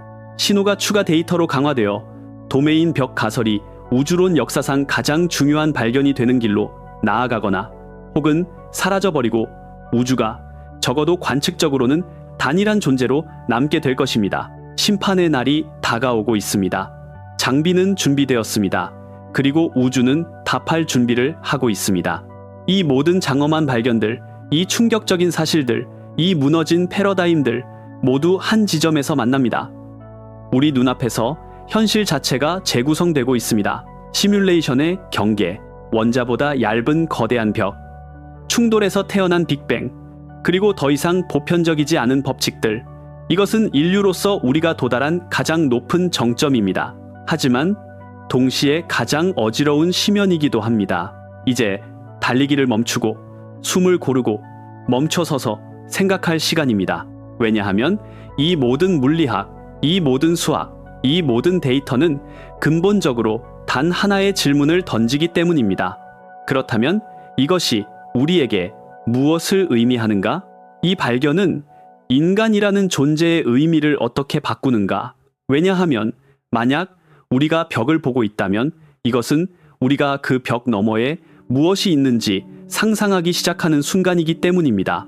그리고 그 상상은 우리를 철학의 깊은 곳으로 존재 자체에 대한 가장 근본적인 질문들로 이끕니다. 왜냐하면 우리는 우리가 아는 우주의 가장자리에 서 있기 때문입니다. 그리고 그 너머에는, 그리고 그 상상은 우리를 철학의 깊은 곳으로 존재 자체에 대한 가장 근본적인 질문들로 이끕니다. 왜냐하면 우리는 우리가 아는 우주의 가장자리에 서 있기 때문입니다. 그리고 그 너머에 무엇이 있는지 모르더라도 그 벽의 존재만으로도 모든 것이 바뀝니다. 이제 달리기를 멈추고 숨을 고르고 멈춰서서 생각할 시간입니다. 왜냐하면 이 모든 물리학, 이 모든 수학, 이 모든 데이터는 근본적으로 단 하나의 질문을 던지기 때문입니다. 그렇다면 이것이 우리에게 무엇을 의미하는가? 이 새로운 우주 지도에서 우리의 위치는 정확히 어디인가? 이 발견은 인간이라는 존재의 의미를 어떻게 바꾸는가? 왜냐하면 지금 우리는 가장 중요한 질문과 마주하고 있기 때문입니다. 우리는 누구인가? 이 발견은 우리에게 우선 거대한 모순, 하나의 역설을 제시합니다. 한편으로는 인간 이성에 놀라운 힘이 있습니다. 다른 한편으로는 그 이성이 깃든 육체의 우주적 규모에서의 절대적 하찮음이 있습니다. 한번 생각해 보십시오. 불과 몇 킬로그램의 물과 탄소로 이루어진 뇌가 138억 년 전에 일어난 사건의 메아리를 들을 수 있습니다. 자신의 행성에서 110억 광년 떨어진 구조적 이상을 감지할 수 있습니다. 우주의 규칙, 즉 물리학의 방정식을 종이에 적고 그 방정식들이 존재를 알지도 못했던 다른 우주들을 허용한다는 것을 볼 수 있습니다. 이것은 상상력을 초월하는 힘입니다. 이해의 힘. 하지만 동시에 이 이해하는 이성이 깃든 육체는 관측 가능한 우주의 930억 광년 지름에 비하면 먼지 한 톨보다도 작습니다. 우리의 존재는 우주 시간선에서 눈 깜짝할 사이에 불과합니다. 그리고 물리적으로 가장 가까운 별에 도달하는 데만 수천 년이 걸리는 반면 그 벽에 도달하는 것은 말 그대로 불, 가, 능, 합리, 다. 이것이 비극적인 현실입니다. 우리가 우주에서 가장 똑똑한 존재라 할지라도 우리는 죄수입니다. 우리 자신의 행성에, 우리 자신의 태양계에 갇혀 있습니다. 우리는 우주의 비밀을 볼 수 있고 이해할 수 있지만 절대로 만질 수는 없습니다. 그 벽에 가서 저 너머엔 무엇이 있나? 라고 볼 수 없습니다. 이것은 가장 위대한 예술 작품을 볼 수는 있지만 절대로 만질 수 없는 맹인과 같습니다. 이것은 가장 아름다운 음악을 들을 수는 있지만 절대로 연주할 수 없는 귀머거리와 같습니다. 이것은 우주적 슬픔입니다. 딩치 가져온 고통. 하지만 모든 비극 속에는 아름다움도 숨어 있습니다. 왜냐하면 이 한계, 이 물리적 무력함이 이해하는 행위 자체를 더욱 가치 있게 만들기 때문입니다. 닿을 수 없기에 더 많이 이해하려 애씁니다. 그곳에 갈 수 없기에 더 날카로운 눈, 즉 망원경으로 봅니다. 그리고 이 노력, 이 호기심은 인간 존재의 가장 근본적인 정의입니다. 당신도 이 역설의 일부입니다. 당신도 그 몇 킬로그램의 뇌로 우주의 무한함을 생각하고 있습니다. 당신도 이 화면을 보며 수십억 광년 떨어진 벽의 이야기를 배우고 있습니다. 당신의 몸은 지금 한 방에, 한 도시에, 작은 행성에 갇혀 있을지 모릅니다. 하지만 당신의 마음은 지금 나와 함께 우주의 가장자리로 여행하고 있습니다. 이것이 당신의 힘입니다. 이것이 우리의 힘입니다. 물리적으로는 하찮을지 몰라도 이해하는 능력으로 우리는 우주만큼이나 커질 수 있습니다. 그리고 이것은 우리를 두 번째이자 더 개인적인 모순으로 이끕니다. 한편으로는 역사상 모든 인간, 모든 문화가 공유했던 그 깊은 우리는 혼자인가? 라는 질문이 있습니다. 다른 한편으로는 이 새로운 발견이 제시하는 훨씬 더 깊고 훨씬 더 압도적인 고독의 가능성이 있습니다. 수천 년 동안 우리는 하늘을 보며 다른 지적 존재가 있는지 궁금해했습니다. 이 탐구는 우리의 종교, 철학, 과학을 형성했습니다. 이것은 우리 모두가 공유하는 공통된 호기심이었습니다. 왜냐하면 다른 누군가가 있다면 이것은 우리 이야기가 우주에서 유일한 이야기가 아니라는 것을 의미했기 때문입니다. 이것은 일종의 우주적 동료 의식을 주었습니다. 하지만 이제 거품 우주가설은 이 질문의 틀을 완전히 바꿉니다. 왜냐하면 이제 우리는 단지 우리 자신의 거품 안에서 혼자인지를 묻는 것이 아니기 때문입니다. 이제 질문은 이렇습니다. 무한한 수의 거품들 중 어느 하나에서 어떤 다른 물리 법칙 아래에서 우리 외에 다른 의식, 다른 자각이 나타났는가? 이것은 다루기 훨씬 더 어려운 고독입니다. 왜냐하면 만약 다른 거품에 생명체가 있더라도 우리는 그들과 절대로 소통할 수 없기 때문입니다. 벽은 절대적인 정보 장벽입니다. 빛조차도 그 벽을 의미 있게 통과할 수 없습니다. 이것은 같은 아파트에 살지만 서로의 문을 절대로 두드릴 수 없고 서로의 목소리를 절대로 들을 수 없는 이웃과 같습니다. 함께 있지만 영원히 떨어져 있습니다. 이것은 비극적인 고립입니다. 단지 은하들 사이의 공간이 아니라 우주들 사이에 건널 수 없는 심연. 하지만 이 비극 속에서도 다시 예상치 못한 아름다움이 있습니다. 왜냐하면 이 절대적인 분리는 우리 자신의 거품 안의 유대를 더욱 중요하게 만들기 때문입니다. 다른 우주에 닿을 수 없다면 우리는 서로를 더 꽉 껴안아야 합니다. 다른 의식과 대화할 수 없다면 우리는 서로의 말을 더 주의 깊게 들어야 합니다. 왜냐하면 우리가 아는 한 이 거대한 우주 구조 안에서 우리가 말하고 이해하고 사랑할 수 있는 유일한 존재는 우리 자신이기 때문입니다. 이 새로운 우주로는 우리를 서로에게 연결합니다. 우리의 차이점, 경계, 불화를 단 하나의 우주 안에서 단 하나의 가족이라는 사실 앞에서 하찮게 만듭니다. 당신도 이 유대의 일부입니다. 당신도 이 행성의 수십억 명 중 한 명입니다. 그리고 우리 모두는 이 조용하고 거대한 우주 한가운데서 서로의 손을 잡고 있습니다. 어쩌면 우주가 우리에게 보내는 메시지는 이것일지도 모릅니다. 밖이 어떤지는 절대로 완전히 알 수 없을 테니 안에서 서로와의 유대를 소중히 여겨라. 왜냐하면 그것이 너희가 가진 전부일 수 있으니. 그리고 이 유대는 우리를 세 번째 대조, 아마도 가장 희망적인 것으로 이끕니다. 한편으로는 우주에 138억 년이라는 압도적인 역사가 있습니다. 다른 한편으로는 과학에 불과 수백 년이라는 짧은 존재가 있습니다. 한번 생각해 보십시오. 우주의 존재 기간을 24시간으로 압축한다면 인류 역사는 그날의 마지막 1초의 마지막 찰나에 해당할 것입니다. 현대 과학의 역사는 그 마지막 1초의 1000분의 1보다도 짧을 것입니다. 이것은 우주적 규모에서 무무입니다. 우리는 우주의 파티에 뒤늦게 소란이 끝난 후에 도착한 손님과 같습니다. 이것은 비극적인 지각입니다. 수십억 년 동안 별들이 태어나고 죽었습니다. 은하들이 충돌하고 합쳐졌습니다. 그리고 우리는 이 모든 것을 목격하지 못했습니다. 우리는 우주의 가장 장엄한 순간들을 놓쳤습니다. 삽니다는 우리는 역사의 대부분을 단지 화석 기록, 즉 오래된 빛으로부터 읽으려고 노력하고 있습니다. 이것은 거대한 도서관에 들어가 책의 마지막 몇 페이지만 읽을 수 있는 것과 같습니다. 이야기의 시작, 전개, 주요 인물들을 놓친 것입니다. 하지만 또다시 그 마법에 하지만이라는 단어가 나옵니다. 왜냐하면 이 짧은 존재에도 불구하고 이 믿을 수 없을 정도로 짧은 시간 안에 우리는 이야기 전체를 재구성하는데 성공했기 때문입니다. 그 마지막 몇 페이지에서 출발하여 우리는 책의 첫 장, 즉 빅뱅을 썼습니다. 그 사이에 잃어버린 장들, 즉 우주의 진화를 모델링했습니다. 그리고 이제 이 책이 사실은 훨씬 더 큰 시리즈의 한 권에 불과할 수 있으며 다른 책들, 즉 다른 우주들이 존재할 수 있다는 것을 이해하고 있습니다. 이것은 이성의 가장 위대한 승리입니다. 늦게 왔을지는 모릅니다. 하지만 우리는 믿을 수 없을 정도로 빨리 배우고 있습니다. 그리고 당신도 이 빠른 학습 과정의 한가운데에 있습니다.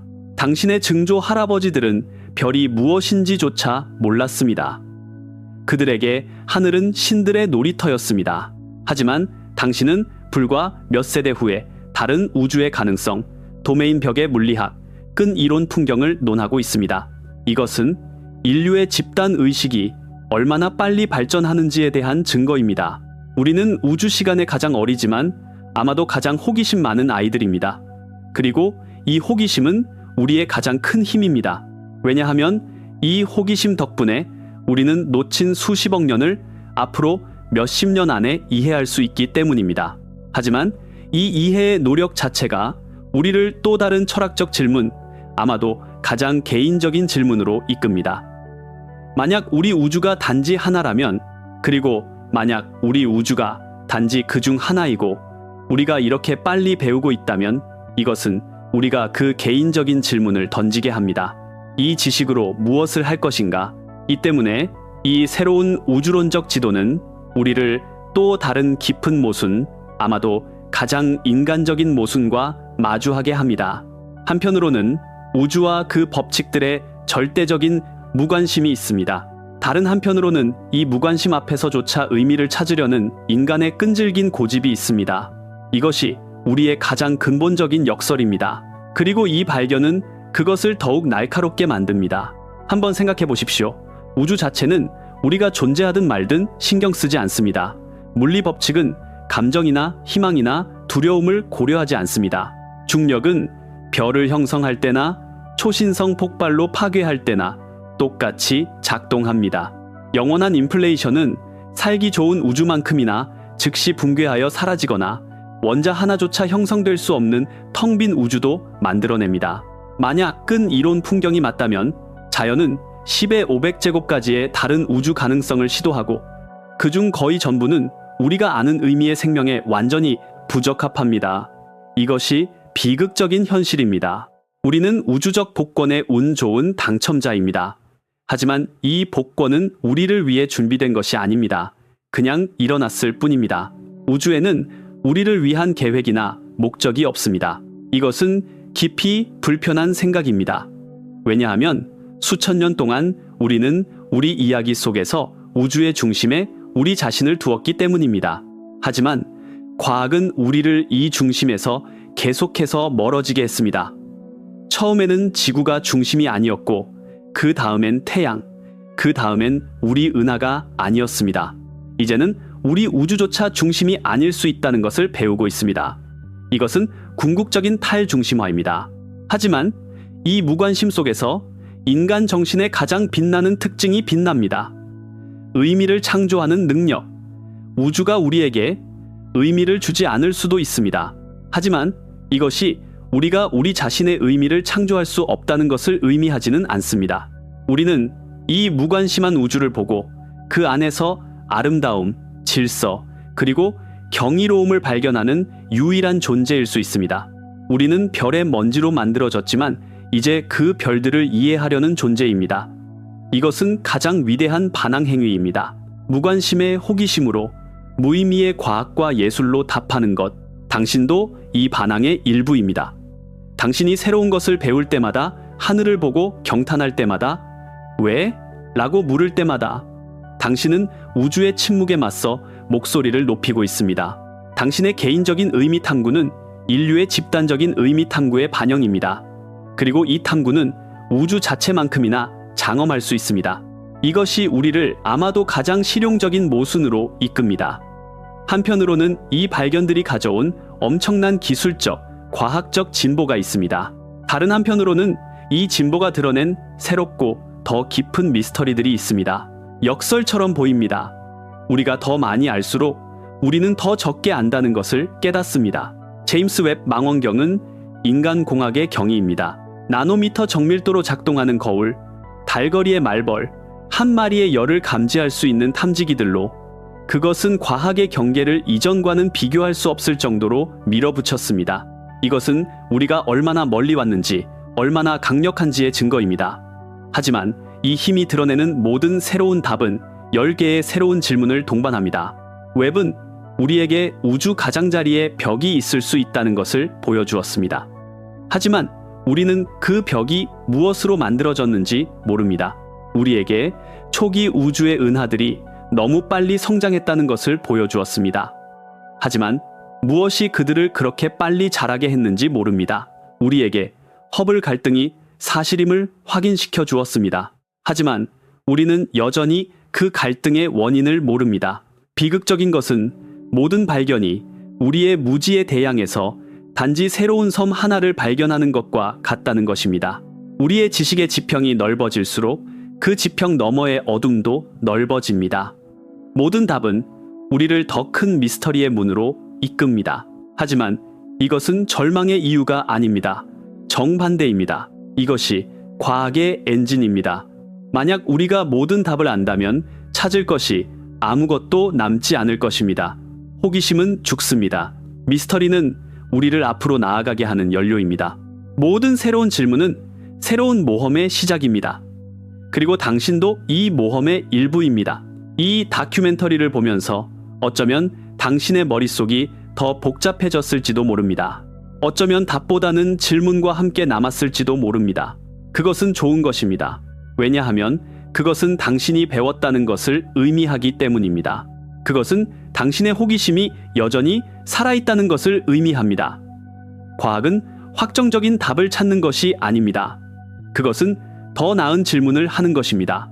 그리고 웹의 발견들은 우리에게 인류 역사상 가장 좋은 질문 몇 가지를 할 기회를 주었습니다.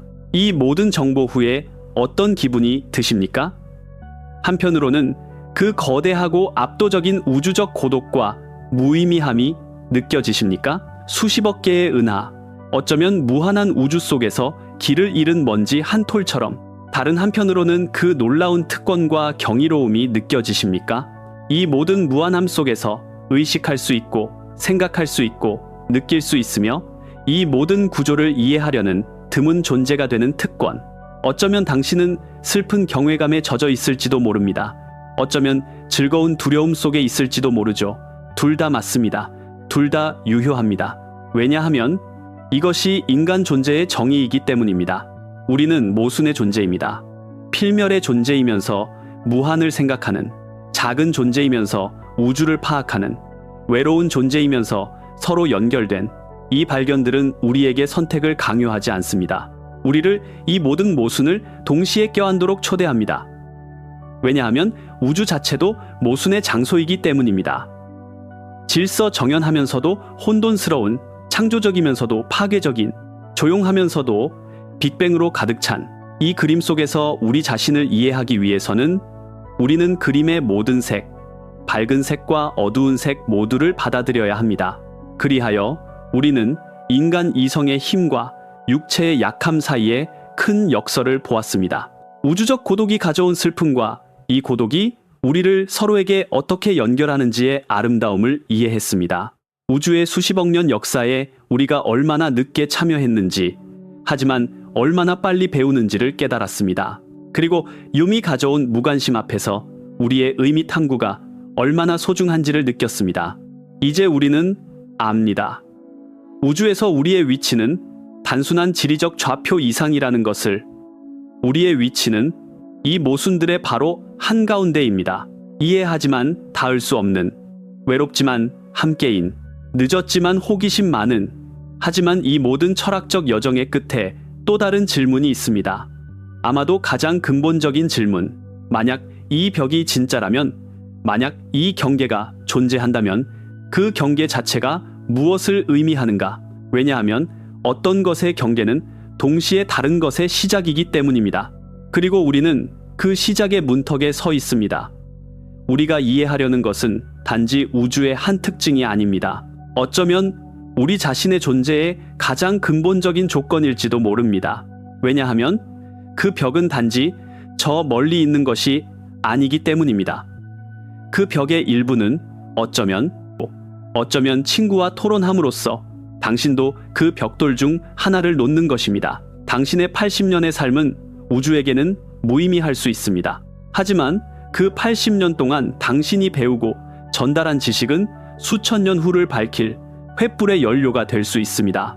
이것이 우리의 개인적인 필멸 속에서 찾을 수 있는 가장 큰 불멸입니다. 그리고 마지막으로 우리는 세 번째이자 가장 개인적인 모순과 마주합니다. 한편으로는 이 새로운 발견들이 가져온 순수한 어린아이 같은 호기심과 경이로움이 있습니다. 다른 한편으로는 이 호기심이 우리를 이끌 수 있는 답들에 잠재적으로 으스스하고 불편한 본질이 있습니다. 어렸을 때 우리는 하늘을 보며 별이 무엇인지 궁금해했습니다. 그 호기심은 깨끗하고 순수했습니다. 우리는 답이 우리를 어디로 데려갈지 생각하지 않았습니다. 하지만 이제 그 호기심을 따라갈수록 우리는 더 어둡고 더 복잡한 질문들 속에서 자신을 발견합니다. 우리는 더 이상 별이 뭐야? 라고만 묻지 않습니다. 이제 우리는 우리 우주는 시뮬레이션인가? 우리의 시작은 격렬한 충돌인가? 우리의 법칙은 단지 우연인가? 라고 묻습니다. 이것이 비극적인 현실입니다. 호기심의 순수성은 사라질 수 있습니다. 마치 아이가 세상이 단지 놀이와 사탕으로만 이루어진 것이 아니라 고통, 상실, 그리고 불의와 같은 현실도 있다는 것을 배울 때에 그 마음의 상처처럼 우리가 지식의 나무에서 먹는 모든 과일은 우리를 천국에서 조금 더 멀어지게 할 수 있습니다. 왜냐하면 답은 항상 우리가 바라는 대로가 아닐 수 있기 때문입니다. 어쩌면 우주는 정말로 무의미할지도 모릅니다. 어쩌면 우리는 정말로 혼자일지도 모릅니다. 이 가능성들과 마주하는 것은 용기가 필요합니다. 하지만 또다시 그리고 마지막으로 그 하지만이 옵니다. 왜냐하면 호기심 자체가 답보다 더 가치 있을 수 있기 때문입니다. 어쩌면 중요한 것은 우리가 어디에 도착하는지가 아니라 여정 그 자체일지도 모릅니다. 그 질문들을 던지는 행위 자체가 우리를 인간으로 만드는 것입니다. 그 불편한 가능성들과 마주하는 용기가 우리의 가장 큰 미덕입니다. 왜냐하면 경이로움은 단지 아름다운 답에서만 발견되는 것이 아니기 때문입니다. 그것은 가장 깊은 미스터리, 가장 어려운 질문들 앞에서 느끼는 그 현기증 속에서도 발견됩니다. 당신도 이 경이로움을 느끼고 있습니다. 이 이야기를 들으면서 어쩌면 약간의 두려움, 약간의 불안, 하지만 동시에 그 멈출 수 없는 호기심도 느꼈을 것입니다. 더 뭐가 있지? 라고 물었을 것입니다. 이것이 당신의 인간성입니다. 이것이 우리의 희망입니다. 답이 얼마나 어둡든 간에 우리가 질문을 계속하는 한 우리는 빛을 계속 찾을 것입니다. 립의 책임감과 행동의 무력함, 개인적인 삶의 짧음과 집단적 지식의 영속성, 호기심의 순수성과 진실의 잠재적 어두움, 이 모든 모순들은 우리를 단 하나의 지점으로 이끕니다. 이 새로운 우주는 우리에게 우리 자신에 대해 이전에 알지 못했던 무언가를 가르쳐주고 있습니다. 하지만 이 모든 생각 너머에 이 벽, 이 경계의 존재는 또 다른 층, 아마도 마지막 층을 열어 젖힙니다. 왜냐하면 만약 우주의 경계가 있다면 이것은 그 경계를 넘어서는 무언가가 있을 수 있는지에 대한 질문을 동반하기 때문입니다. 하지만 이 통과는 물리적일 필요가 있을까요? 만약 그 벽을 넘는 다른 방법이 있다면, 하지만 이 맹목 속에서 인류의 가장 위대한 승리가 있습니다. 왜냐하면 우리의 감각이 이 두 세계를 볼 수 없을지라도 우리의 마음은 이 두 세계 사이에 다리를 놓을 수 있기 때문입니다. 우리는 수학이라는 보편적인 언어를 사용하여 양자장 방정식을 쓸 수 있습니다.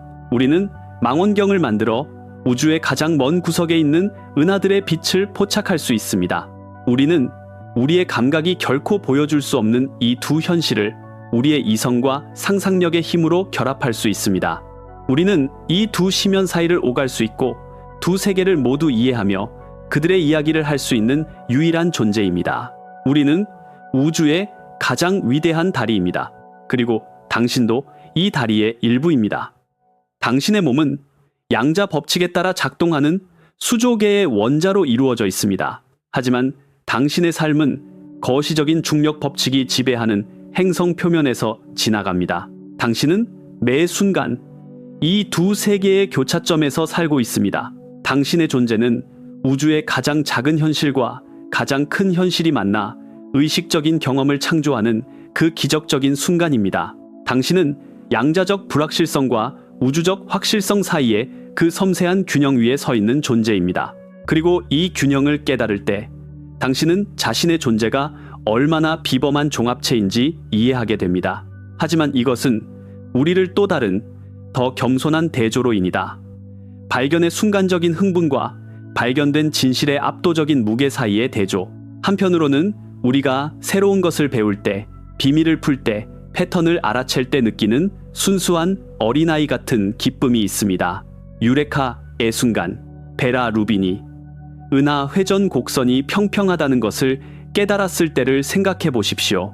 혹은 구드 스미트와 울렌백이 전자 스핀이 모든 퍼즐을 푼다는 것을 깨달았을 때를 말입니다. 이것이 과학의 엔진입니다. 호기심이 충족되는 그 순간적이고 밝은 깨달음. 하지만 다른 한편으로는 이 새로운 지식이 가져오는 무거운 책임감과 종종 우울한 현실이 있습니다. 이 대조의 비극적인 면은 지식이 항상 순수함을 파괴한다는 것입니다. 우리가 암흑 물질의 존재를 이해했을 때 우리는 우주의 얼마나 큰 부분이 우리에게서 완전히 숨겨져 있는지에 대한 현실과 마주합니다. 우리가 우주의 순 가군동량이 0이라는 것을 이해했을 때 우리는 우리 존재가 얼마나 섬세한 균형에 의존하는지, 그리고 인과관계가 얼마나 깨지기 쉬운지를 깨닫습니다. 모든 새로운 지식은 우주를 조금 더 덜 마법적이게, 그리고 조금 더 기계적이게 만들 수 있습니다. 모든 답은 우리가 이전에 상상했던 무한한 가능성의 땅에서 문 하나를 닫습니다. 이것은 지식이 가져오는 일종의 슬픔입니다. 성장하면서 세상의 그 어린 시절의 경이로움을 잃는 것과 같습니다. 하지만 이 슬픔 속에서 더 성숙하고 더 깊은 사랑이 태어납니다. 왜냐하면 우리가 우주를, 그것이 정말 무엇인지 이해했을 때 우리는 그것을 덜 사랑하지 않기 때문입니다. 정반대입니다.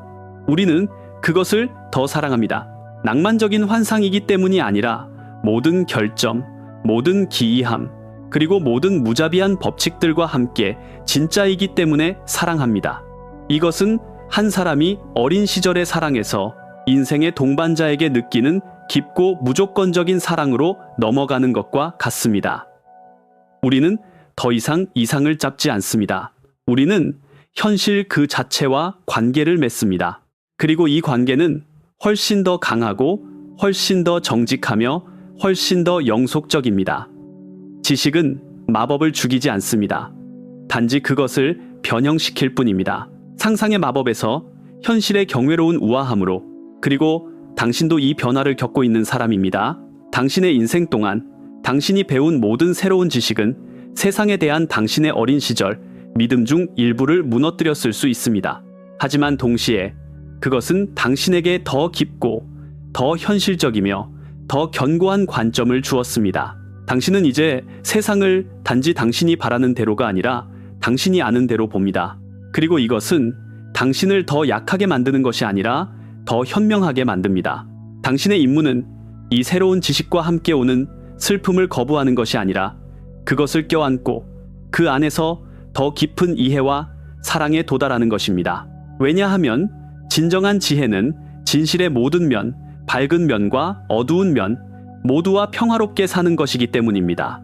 이 길고 깊은 여정의 끝에 가까워지면서 이 모든 생각들, 이 모든 대조들은 우리를 단 하나의 궁극적인 감정 상태로 이끕니다.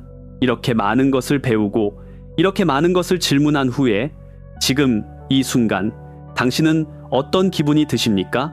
한편으로는 우주에 완벽하게 작동하는 법칙, 그 수학적 우아함, 그 믿을 수 없는 균형 앞에서 느끼는 깊은 경외와 감탄이 있습니까? 모든 것이 얼마나 완벽하게 조화를 이루는지 보고 이 위대한 디자인의 일부라는 사실에 대한 말할 수 없는 기쁨이 있습니까? 아니면 다른 한편으로는 이 거대하고 비인격적인 기계 속에서 당신의 작고 일시적이며 궁극적으로는 하찮은 위치를 깨달았을 때 느끼는 실존적 고독과 무의미함이 있습니까? 어느 쪽이 맞습니까? 답은 또다시, 그리고 언제나 그렇듯이 둘 다입니다. 왜냐하면 인간이라는 것은 이 두 감정을 동시에 가슴에 품을 수 있는 존재이기 때문입니다. 신처럼 이해하면서도 먼지처럼 사라지는 이것이 우리의 운명이자 우리의 특권입니다. 이제 우리는 압니다. 우리는 압니다. 우리가 운동과 정지, 공허와 견고함, 지식과 무지, 영속과 일시성 사이에 매달려 있는 존재라는 것을 우리는 우주의 법칙을 이해하지만 바꿀 수 없고, 복잡함을 단순화하지만 진실 전체를 결코 볼 수 없으며, 의미를 찾지만 그것을 오직 자기 안에서만 창조할 수 있는 역설적인 존재입니다. 이 여정은 우리에게 우주의 비밀을 보여주는 것을 넘어 우리 자신의 본성의 비밀을 보여주었습니다. 이것은 단지 회전하는 은하들에 대한 이야기가 아니었습니다. 이것은 항상 우리에 대한 이야기였습니다. 그리고 이제 이 길고 구불구불하며 깨우침을 준 여정의 끝에서 우리는 시작점으로 돌아왔습니다. 하지만 우리는 더 이상 같은 사람이 아닙니다. 왜냐하면 여정의 진정한 목적은 어딘가에 도달하는 것이 아니라 그 여정을 통해 변하는 것이기 때문입니다. 그리고 우리는 이 여정에서 변했습니다. 이제 남은 것은 이 모든 조각들을 모아 이 회전하는 우주의 마지막 전체적인 그림을 보는 것입니다. 왜냐하면 모든 것이 시작된 그 단순한 질문, 왜 모든 것이 회전하는가는 이제 우리에게 완전히 새로운 의미를 가지기 때문입니다. 이 여정에서 우리는 우주가 왜 회전하는지, 그리고 이 회전이 시간을 어떻게 바꾸는지 보았습니다. 하지만 여러분께 말씀드리지 않은 것이 있습니다. 괴델의 방정식은 시간 여행이 단지 시작에 불과하다는 것을 보여줍니다.